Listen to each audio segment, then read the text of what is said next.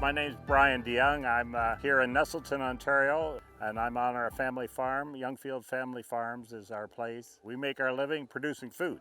We're big proponents of tile drainage, reduced to no tillage, and remediating soil.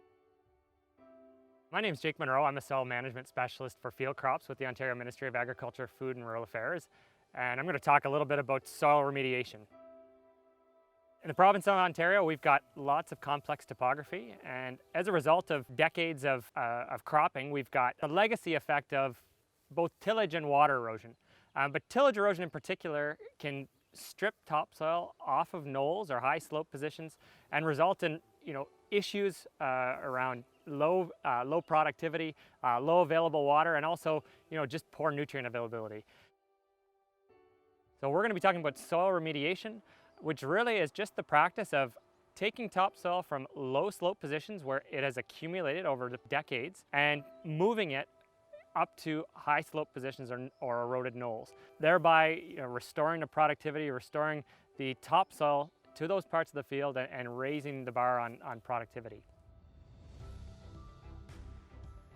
We have sandy loam or in loam ground on this area. We have, as you can see, we have lots of rolling land. Our family farm's in that 7,000 acre range of land. We got into soil remediation when we got yield mapping technology back 20 some years ago, when we came to the shocking reality of the big variation of yield within the field. We tile drained a lot more ground. Places with tough perennial weeds, we went back in to fix those areas up. And we also came to realize very quickly that no topsoil means no crop. You are taking topsoil from lower slope positions and moving it up to knolls where the topsoil historically has been lost due to erosion.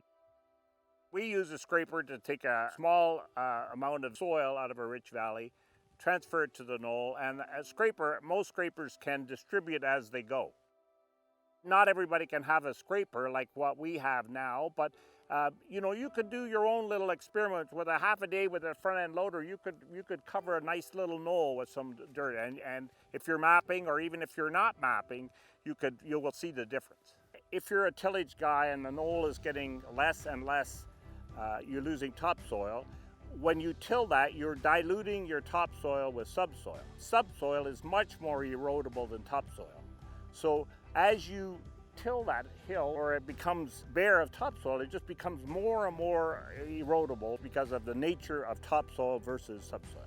We're here on a field that has not been remediated. So there's a history of both tillage and water erosion, and you can see here on July 2nd, the corn is suffering in this spot. There's noticeably more drought stress.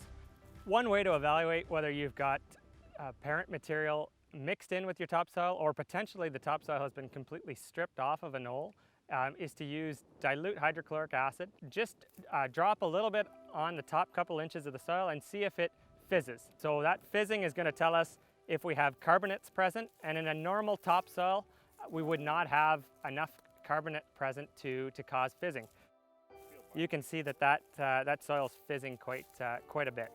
So if you've made the investment of moving topsoil from a low slope position to an eroded knoll to help restore productivity, the key to keeping that soil there is really minimizing tillage. So moving to either a no-till or a minimum till system within your operation, and also doing all that you can to help stabilize that soil and keep it in place. So common practice might be seeding a cover crop very shortly after that soil has been moved to the knoll, stabilize it with a fibrous root system, and then moving forward, making sure that you're growing good crops that return lots of residue and minimizing the amount of tillage, which of course is the practice that potentially caused that erosion in the first place. So making sure that you're minimizing soil disturbance and keeping that soil in place.